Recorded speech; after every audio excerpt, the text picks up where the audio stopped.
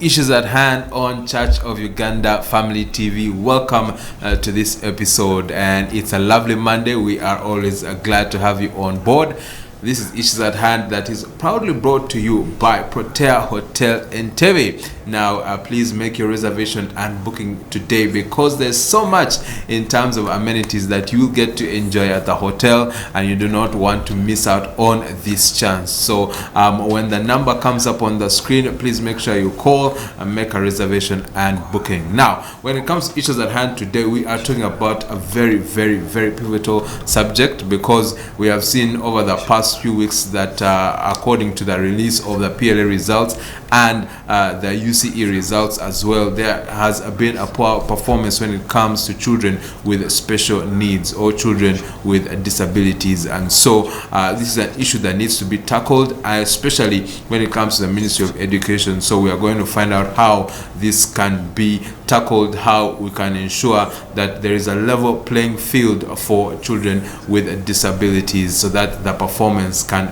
be better and excellent. So that's what we are talking about today, and with me to discuss this issue is Miss Aserat Agnes, who is a program officer of National Union of Women with Disabilities of Uganda. And I have as well with me Mr. Jagwe Michael, who is an interpreter, and this is a conversation that we're going to get into today. So thank you for joining us, and please make sure that you participate by sending any comments or questions that you have on any of our social media platforms. That's Church of Uganda Family TV on Instagram, on Twitter, on so many of our other sites as well, on Facebook as well. Miss Agnes, you are welcome to Issues at Hand. Thank you. All right, let's start by understanding then what the National Union of Women with Disabilities of Uganda does. Thank you very much once again. National Union of Women with Disabilities of Uganda is an umbrella association of women and girls with disabilities. It brings together different categories of persons with disabilities, because we persons with disabilities have different categories. We have the deaf, we have the blind, we have those with mental challenges, we have those with intellectual challenges, we have the little people, we have the albino, we have deaf and also deaf-blind as one category of persons with disabilities, those who are epileptic. Yeah, so different categories, about 9 different categories of persons with disabilities under this umbrella association. And so NUWODU carries out different activities following different thematic areas. We have as one of our thematic areas economic empowerment. Now, under that thematic area, we look at how best we can empower economically women and girls with disabilities by empowering them with different skills, different business skills, to enable them lead independent lives, other than being dependent on other people. And the objective of that is to actually achieve independence of persons with disabilities. Then we also have SRH and gender-based violence, GBV, as another thematic area. Now, it is common knowledge that women with disabilities face a lot of abuses. And, you know, a lot of people think persons with disabilities are also not entitled to sexual and reproductive health challenges because they think they don't need these services. But the fact is we need them, and we also face gender-based violence. Most of our women and girls face gender-based violence. And I should say it is the worst of its kind that we face compared to other women. So first is our women with disabilities. They suffer gender-based violence. And then also they have disabilities. So it is double discrimination as regards to gender-based violence. Then we also have still about SRHR, Sexual and Reproductive Health Rights. We have advocacy for access to these services, sexual and reproductive health services. Look at instances where you go to hospital. People think that persons with disabilities, women with disabilities, don't engage into sexual activities. They don't have feelings. Now, I want to let you know, and the viewers out there, that we women with disabilities have feelings. Disability is only a limitation, but it doesn't impair other feelings. We have feelings like any other person. And actually, I want to let you know that actually we are even over, we are hyped. We have feelings that are overrated more than other women. But people think that women with disabilities have no feelings. That is not right. So we sensitize women with disabilities who have relationship on how to make choices. We encourage them not to make choices by chance, because people, take advantage of them given the nature of their lives. So we train them, first of all, to respect themselves, to value themselves, to look at themselves as people who are worthy. And once they are empowered, once they get to know that they are worthy, so they are in position, they are worthy before God, because God says, respect your bodies. Our bodies must be respected. So that is also our line of engagement. So others should also respect our bodies. So if you want a woman with disability, you must love her. If indeed you say you love her, then you must truly love her. Not love her with strings attached of, having carnal knowledge and then after you run away. So once we sensitize them about their sexual rights, we also have packages of raising awareness about the different antenatal services that they are entitled to at health centers, safe family planning methods, access to HIV testing and care, youth adolescent education. And so we train our girls and women with disabilities about a package of things, and specifically about sexual and reproductive health rights. We also have another program on education. Okay. Now, in education, it is a fact that women and girls with disabilities, the majority of them are illiterates. They don't have that opportunity to go to school.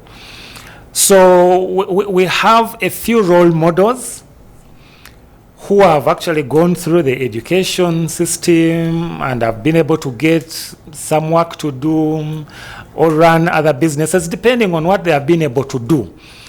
But the principle is they are educated, the role models that I'm talking about. But the majority out there are not educated, they are illiterates, they cannot read, they cannot write because they never had an opportunity to go to school. So we look for an alternative as NUWODU and to empower them to access education, to help them change their lives, change the quality of life, than living this miserable life. So we believe that can only be achieved through education. Then furthermore, we also have institutional capacity development. Now, why do we also look at this as our thematic area? Currently, NUWODU has a coverage of about 65 districts across the country, and this is quite a big geographical area. So you need capacity to manage our reach, And so also to be able to get funding from different sources to run these units that we have. We have been able to establish women associations in different districts. And besides starting up these associations, we train them in different areas, maybe say fundraising, to help them strengthen these local associations through funding. And so that when NUWODU leaves, because when we start up these associations, we do not stay there for good, we leave. So when we leave, they must be able to continue on moving and carrying on the objectives, but within the district where they were formed. So that is why we have institutional and capacity development to help us also grow, to grow as NUWODU, to strengthen our systems of operation and also work. So that is briefly what we do as NUWODU. Right, fantastic. What does the law especially say on the promotion of the rights of children with disabilities, especially when it comes to education? Thank you very much. We have a constitution of Uganda. I can use it as my first reference of 1995. The constitution of the Republic of Uganda from the start is very clear. There are lots of issues, rights that are included in that constitution. And one of them is being inclusive. The constitution is very clear about inclusion. It also talks about education of children with disabilities. So the constitution favors education of children with disabilities. The same constitution gives the government of Uganda the mandate and the authority, if I should say, to make sure that children or persons with disabilities get, it talks about accessibility, quality, and equity. Very clear. And also, the same constitution of Uganda also recognizes sign language as an official language. It is very clear in the constitution. But now the challenge comes in when it comes to implementation. The constitution is a perfect document, very nice document, very beautiful document with sign language as one of the official languages. And so it has given Uganda, rather, institutions of learning. It has given to them the freedom to make sure that sign language trainings actually are implemented in different institutions of learning. So that literally means that the Constitution envisions different institutions having capacity or being able to collect funds and implement by training, sign language, and also secondly, doing disability awareness. Because many institutions are not aware about disability, how to manage persons with disabilities, how to handle persons with disabilities. Many institutions still do not have knowledge on how to do that. So the Constitution also gives the parents the mandate, if I should say, to play their role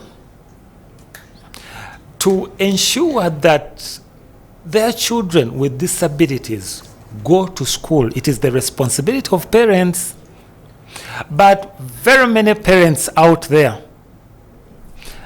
feel children with disabilities don't deserve to go to school, so they sideline them. Because we as NUWODU have seen from experience through the activities we carry out there in the field, we have noticed, a lot. Some parents actually meet us asking whether we can support their children with disabilities, but we also pose the question back to them. We ask, do you have any other child apart from this one with disability who goes to school? And they affirm. They affirm and say, children with apart from the child with disability, these other children also are there and they go to school. And so that begins our point.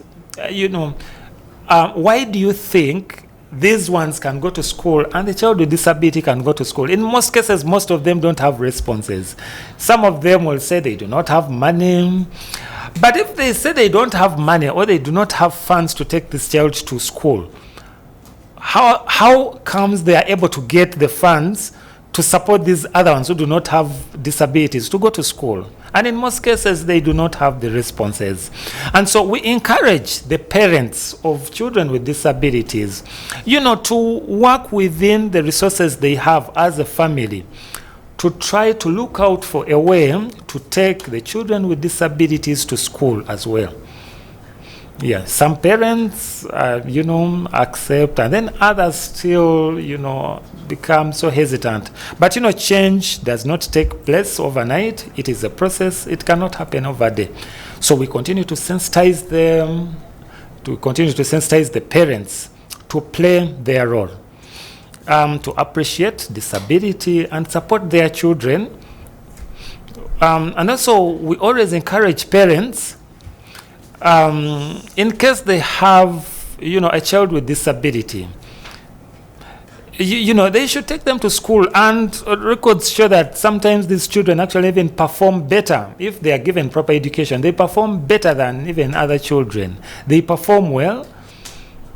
And, when they get work, actually children with disabilities are the key supporters or people who take charge of looking after their families. We also have other policies. We have the Disability Act besides the Constitution, and it is also very clear. It talks about access to education by children with disabilities, and it talks very much about accessibility.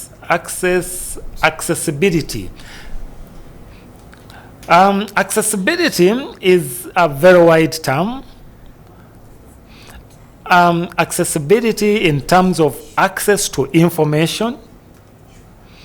If I am deaf and I'm a child, my teacher cannot communicate with me. So that means I am stuck. And the teacher will also be stuck. So both of us will get stuck because we cannot communicate. So access to information is very important. The teacher-to-child participation is very important, and it's key in effective participation of a child with disability. So if they're deaf, if they are blind, if they have mental challenges, regardless of the category of disability they may belong to, accessibility is key. Persons with mental health also need communication. So if you're not fluent in communicating with them, so how will you be able to communicate with them? And those with intellectual disabilities, for example, we are encouraged to use simple language, not to use these jargons, the very hard terms that people normally use. You do not use them when you're interacting with children who have intellectual disabilities. You try to be as simple as you can. You break down your communication to help them understand. So that is accessibility. Then we also have children with physical disabilities. Look at an instance where I'm not able to move like any other child. I crawl on the ground. But the school, we are looking at a school that is far off, you know. So on a daily, I have to find my way to the school, and given mobility issues. So it is also a challenging situation. You get to school and it is not accessible as well. Children with visual impairment need braille.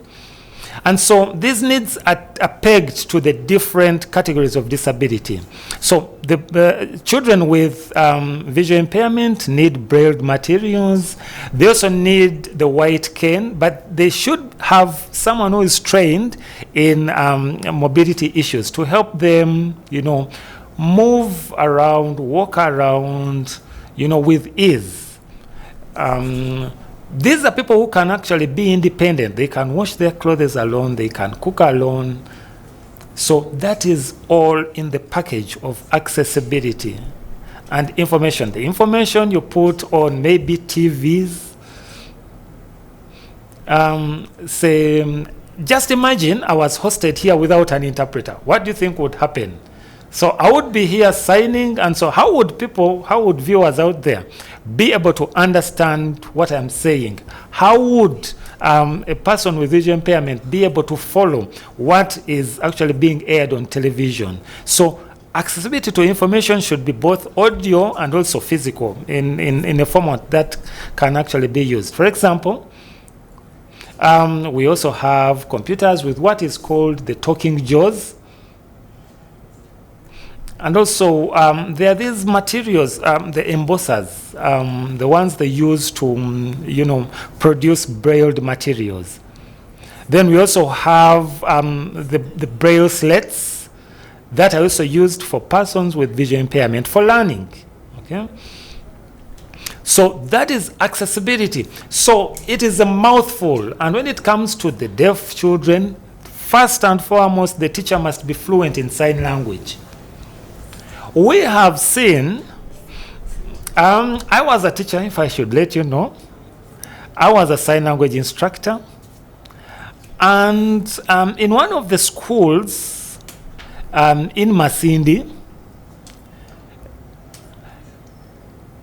one of the schools there, you know, it started as a pilot, okay? It was a small unit where I was assigned. And so children could come from home without any knowledge of sign language. So me as a sign language instructor would be the one to train them sign language. And so they would come with their own local signs, the natural signs as deaf people. And so my role back then would be to guide them and give the right signs to them.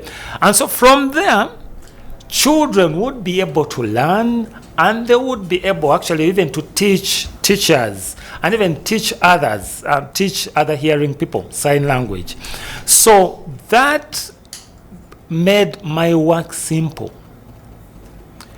But also, even if the instructor is there in these deaf schools, it helps a lot to improve, to bridge the communication gap between the deaf children and the teachers. Because, you know, sign language has grammar. It has its unique grammar, okay? It should be valued and preserved in its own way. You cannot teach a deaf child, you know, parroted English without first teaching them sign language and then turning it into English. And so after they have learned sign language, it would be very easy for you to actually now bring in the English grammar, okay? And I also want to let you know that most of our communication, most of the grammatical elements in sign language are very much facial, okay? This is where the vocabularies are. So if I am to sign, say maybe at home, you know, how is home? Say, it is a simple illustration that we can have here. Say maybe, how is home? Look at my face, okay? Home, how is home?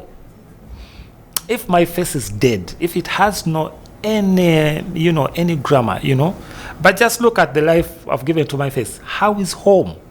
Okay. Now, is hidden in my facial expression.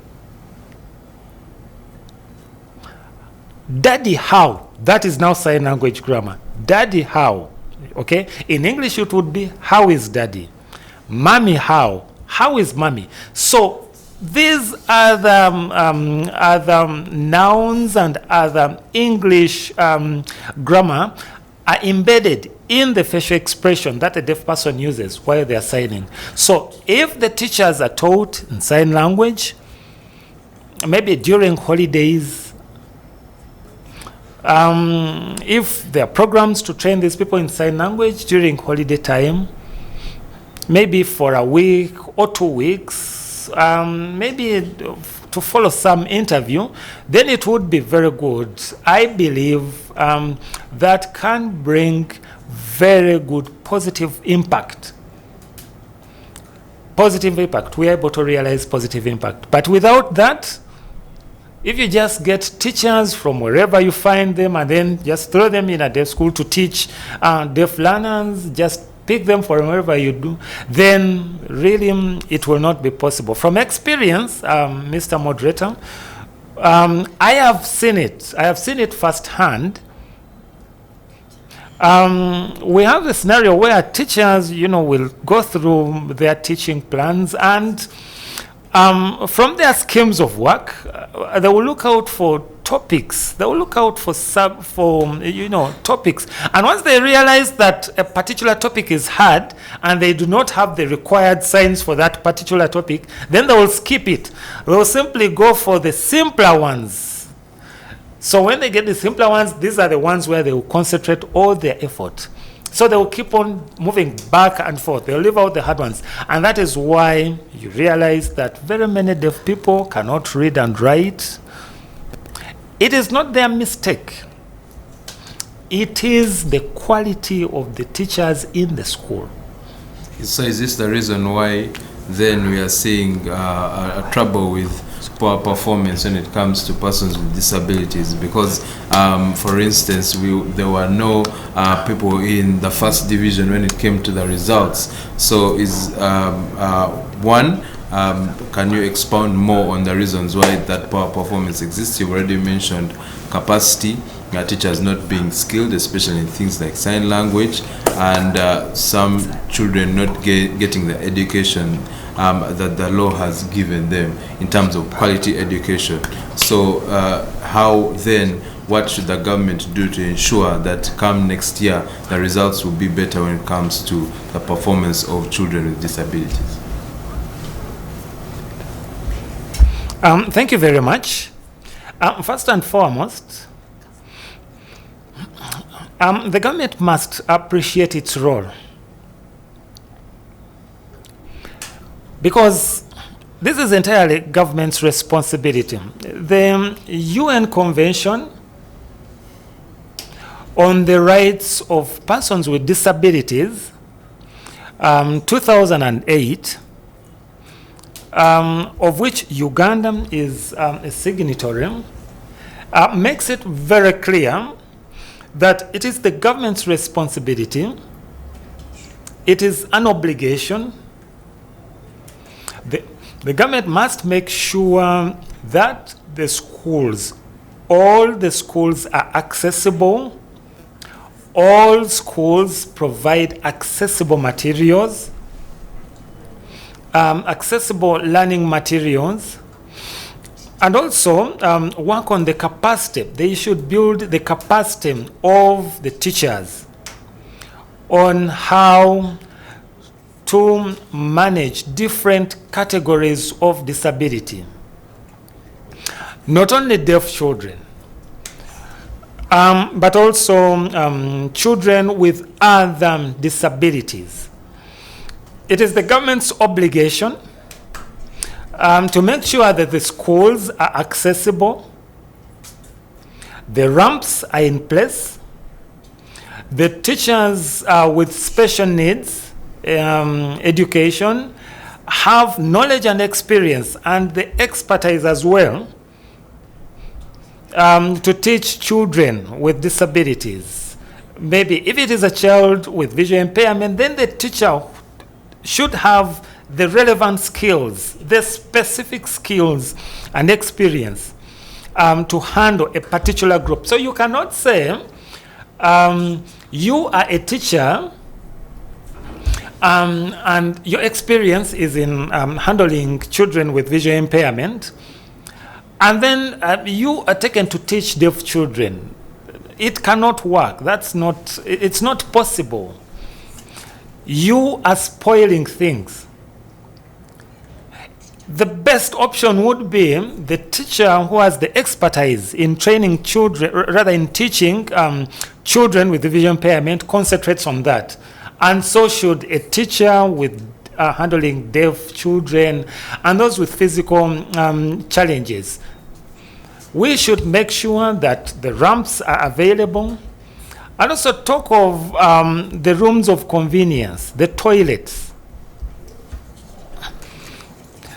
Toilets, when it comes to children with whether with physical disability, that is another issue, very challenging issue. You realize that most practice at schools, children share these toilets and they become filthy. Even just mere looking at them, you flinch. And remember, these are children who crawl, they're not able to walk. Others use wheelchairs. And so when it comes to toilet issues, look at the hygiene versus a child who is supposed to use it. And you know that is one of the reasons as to why most of these children drop out of school, because of hygiene, So it would be better that accessible toilets are constructed. And there is UNAPID. There is an organization called UNAPID that has expertise in building accessible toilets, and also making sure that the buildings, the classrooms, have sufficient doors, sufficient spaces. The doors are accessible, they are wide enough for a child who maybe uses crutches or is on wheelchair, is able to access them. Even the spaces in the class should be good enough, not this crowded format where one is on top of the other. So all these are a responsibility of government. The government should support these initiatives. It should support disability organizations to have programs targeting disability and sensitizing disabilities about disability issues. The government should also give us, substantive budget. The government is always fond of giving us peanut, just meager funds to run activities. And this is really not fair. It is not fair, and that is cheating, to be blunt. It is cheating us. Yes, cheating our children. People who get jobs, but children with disabilities, because of poor quality of education. And then also, the other issue we also need to talk about is, you talked about poor performance of deaf children. And I also want to let you know that in most cases, our teachers who are fluent in sign language, are trained at Chambogo University. So when the teachers become fluent, they're taken to a particular school. And along the way, as they teach, a deaf child, you will hear after some time that particular teacher was again transferred to a different school. So what do you think happens in this school where this teacher was? Do you still expect me to perform and get first grade? The answer is no. As a student, I'll get stuck. So another teacher comes in, they literally know nothing about sign language, and they will just talk to me right on the chalkboard, and I'll just look, without any, understanding anything.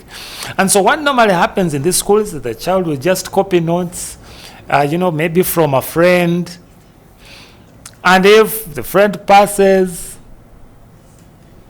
I'm also likely to pass. If my friend fails, then we move together. All of us fail. So it happened to me. I have experience when I was still a child. I was in a hearing school when I was still small. And so we had this teacher who could actually speak. Teachers, they would speak. And if you sit in front, it would be very hard to, lip read. But still you cannot lip read 100% and get the information they are passing out. There would be some lost information along the way. So what I could do is to copy notes from a friend of mine. So when my friend passes, I would also pass, and that would be good. I would go home, with a very good report. And then next year, promoted to P2, we would sit together. And if my friend fails, I also fail. So that is one of the challenges we face, transferring teachers. And I advise government to please, respect our rights and also respect the rights of children with disabilities. It is the very government that appended its signature on the UN Convention on persons with disabilities, and then at the same time, it does the complete opposite, marginalizing and disenfranchising these children. So we must realize that these children have their specific needs. And so let us try to identify these needs and work specifically on them consistently, depending on the schools where they are. So the government should actually train more teachers. And also, I also want to let you know that a few teachers are skilled in handling children who are deaf. Taking care of children who are deaf, maybe say one teacher and you're looking at 15 children, that wouldn't be appropriate. Looking at deaf children, maybe two, looking at a scenario where a teacher, has two children with disability in their reach. So they would be able, to get feedback, to guide these children one-on-one and actually assess progress. But look at a scenario where we have one teacher handling a class of 20 children. That really becomes, it is unacceptable. It becomes hard. It is heavy work, especially when it comes to children who are deaf.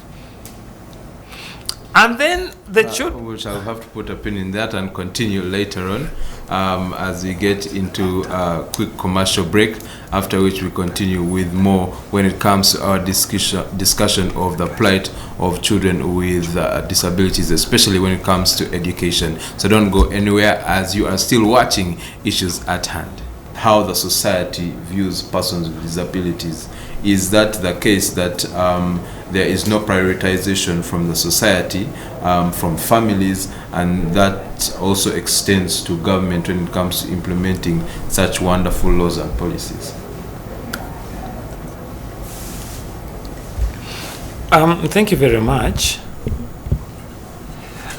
We appreciate the fact that Uganda has one of the most beautiful policies and laws in Africa. Looking at Uganda, I think, rather looking at Africa, Uganda has the best laws.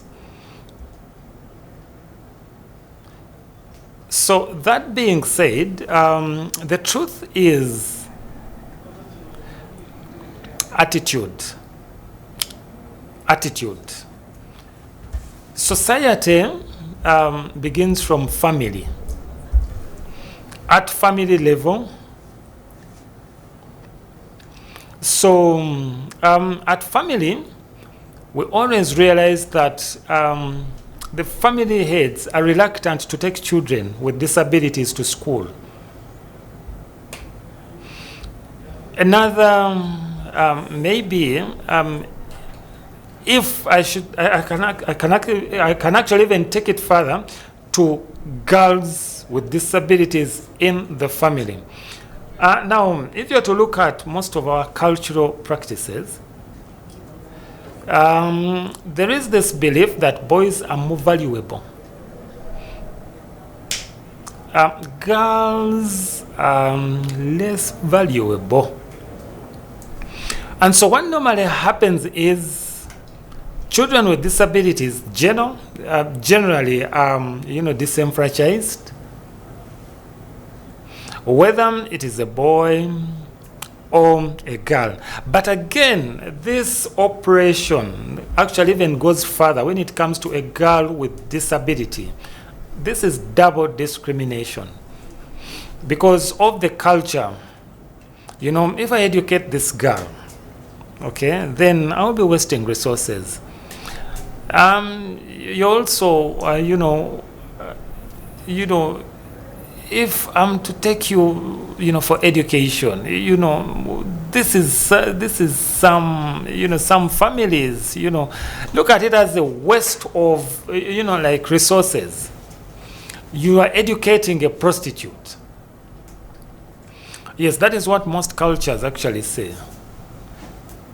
Okay, then some are not as negative as that. Now, at family level, having talked about negative attitude, most of them think they will not benefit from this child in future, and so they cannot waste their resources. There is a family I know of. The father told the mother, the wife, all these children are deaf. Now, if I pay their school fees, what am I going to benefit from them? But you know what happened? The mother herself, looked for all possible options. And now the children are big. They have got jobs. But other children without disabilities, in the same family are there, struggling to find something to do. So most families rarely support the education needs of children with disabilities. Then we also have other scenarios where one of our districts where NUWODU operates, we went in that district, and then there was a woman with disability who reported to us. He told us there was a girl with disability somewhere around the district, and the facts were the parents had refused to pay school fees for this particular child, much as they were paying school fees for the other children. And the family was a well-to-do family. They were okay. But the family thought that, it wasn't, resourceful to pay for this child with disability. It would be a waste of resources. And when they reported to us, we informed the women leaders with disabilities. We requested them to go and do their work, because that was part of their work, to advocate. They should go to that particular home they had told us about with police. At that time, we were jointly running a project with the police. So police, together with women and with women with disabilities, the leadership in that particular district went to the home and had a talk with this family. The family, couldn't believe what they were telling them, because the family actually told us that they thought this child was a child for an MP and it was the MP to pay for that child, because it was a coincidence that, but by that time, the MP of that district was a lady with visual disability. And so the parents thought that given that the MP had a disability, so it was her inherent responsibility to pay school fees for this child, given that even the child had a disability. So we raised awareness and told them that it wasn't the role of this MP, it was their responsibility as family members, and actually told them that if they didn't, would actually even take them to jail and they would be arrested. So fortunately, the parents accepted and they took the child to school. When they took this child to school, he was now 9 years old by the time he started. That was P1. So, but we appreciate the parents because, you know, they accepted to take this child to school. But also, you know, we encouraged the parents. We also kept on involving the parents in our different programs. And, you know, they did not believe what they saw, you know. They realized that it was their mistake because they had never seen a deaf person facilitate in front of a very huge, you know, number of people. That was enough. And as we moved on, the child right now, last year, the child was able to get grade 2. And now he's actually with me. And I'm planning to take him to secondary school. So attitude as a barrier within family. And then also secondly, there is stigma. You know, there is this people, you know, thinking you're not worth it, you know, you're not able to do anything, you know, person with disability. Stigmatization also makes someone, you know, give up on their dreams. And it is because of stigmatization, fear of stigmatization, or the pressure due to stigmatization that parents choose to hide away their children with disabilities. They do not want anyone to know that they have a child, a member of their family who is deaf. And I remember there was a child, there's an experience where we saw a child with physical disability who was about, I think, 16 years of age. And the parents had hidden this child in the house. The neighbors didn't know that there was a child with disability in that family. But at one time, a neighbor spotted this child with disability, reported to us. We reached out to this family, and the leadership in that district where we operate actually followed up this issue. And, you know, it happens because of attitude within the family. So, on our journey to having good grades, we need to first solve the attitude at family. It begins with the family. And once we have it right and the family, then now this is where we can, armed with the law, begin our advocacy. Because the law is very clear on the responsibilities of the parent. The Constitution is very clear. The government gives to the schools, buildings, and then the parent has a role to play. And this is taking the child to the school that has been provided for you. Buying scholastic materials. That is the responsibility of the parent. Now, unfortunately, we have run out of time, but very quickly, in a minute or two, how as parents, as brothers and sisters, as family members, can we change our attitude? What can we do to change our attitude? And what would you like us to go home with when it comes to this discussion in terms of promoting the rights and championing the rights of persons with disabilities, especially children, when it comes to education? All right. Thank you. First, the family members should change their attitude.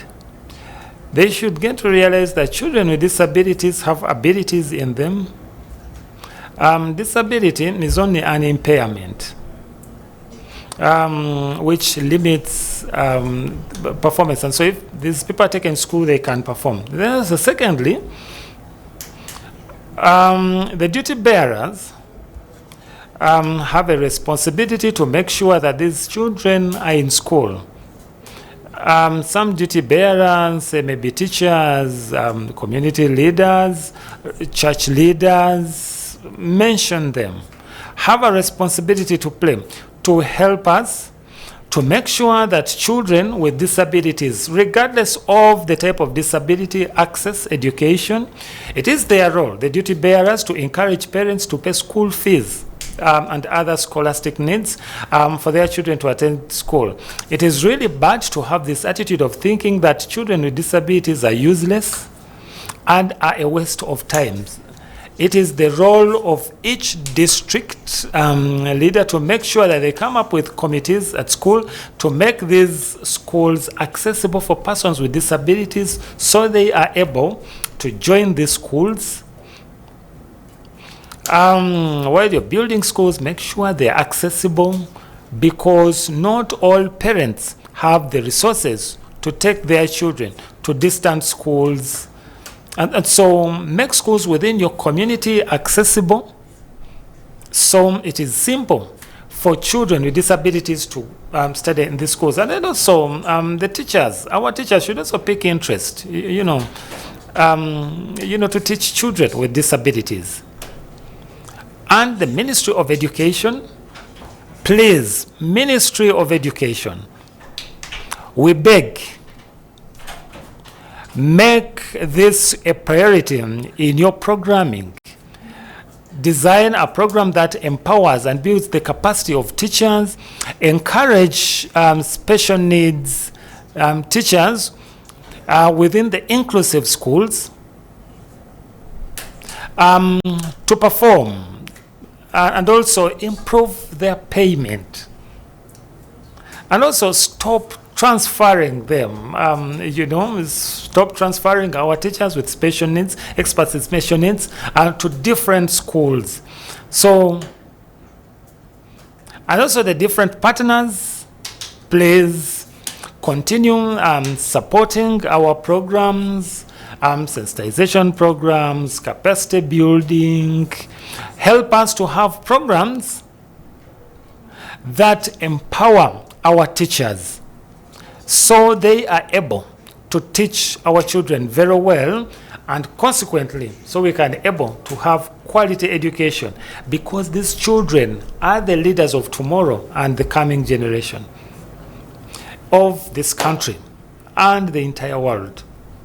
Thank you so much, Miss Agnes, for tackling those issues very well for us. Everyone has heard, and it's upon us as family members and upon government and other stakeholders to ensure that we change the situation and promote the rights of persons with disabilities and help children with disabilities get not just access to education, but access to quality education as well. Thank you so much, Mr. Jago Michael, for interpreting and for making this conversation really wonderful. And thank you so much for attending and for watching Issues at Hand. We continue to have these pertinent discussions. In case you want to be part of the partners who help the National Union of Women with Disabilities of Uganda, please reach out to us on any of our social media platforms, the Church of Uganda Family TV, when it comes to Twitter, Instagram, Facebook, and YouTube as well. Thank you so much once again for joining us. God richly bless you. Enjoy the rest of today's programming.